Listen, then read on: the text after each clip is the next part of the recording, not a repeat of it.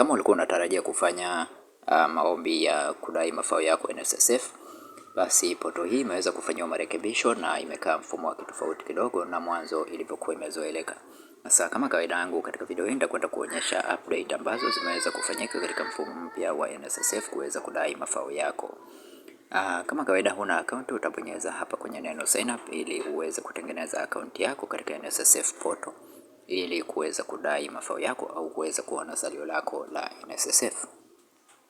Na kwa wewe ambaye tayari una account yako, unachotakiwa kufanya ni kuweza kusign in au kuweza kulogin katika account yako ili uweze kufungua claim yako ya mafao yako.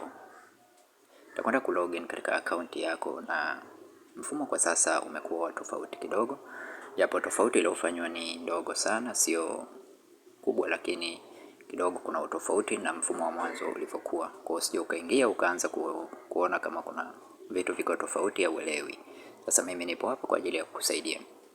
Kila wakati unatazama video hii hakikisha umebonyeza neno subscribe, umelike video hii, umeshare video hii kwa wengine wengi zaidi. Lakini pia kama una changamoto yote ni cheki WhatsApp tuweze kusaidia kuomba mafao yako mwanzo hadi pale utakapopata madai yako. Okay, sasa utakuja moja kwa moja katika sehemu hii ya lodge claim kwa wewe ambaye unataka kuclaim mafao yako. Ushabonyeza katika sehemu ya lodge claim.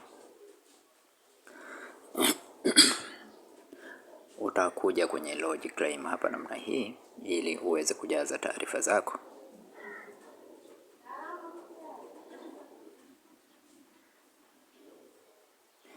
Okay, kwa wewe utabonyeza hapo kwenye lodge claim kwa sababu tayari utakuwa na eligible. Account hii haina eligible, tayari tumeshaweza kufungua. Kwa hiyo nitakwenda kuonyesha badiliko ambayo yameweza kufanyika katika portal hii. Subiri kidogo hapo iweze kuloni refresh. Okay. Lakini wakati huo pia unaweza ukajoin katika grupu letu la WhatsApp. Link nimekuwekea katika description ya video hii. Link ya kujoin grupu letu la WhatsApp ipo katika description ya video hii.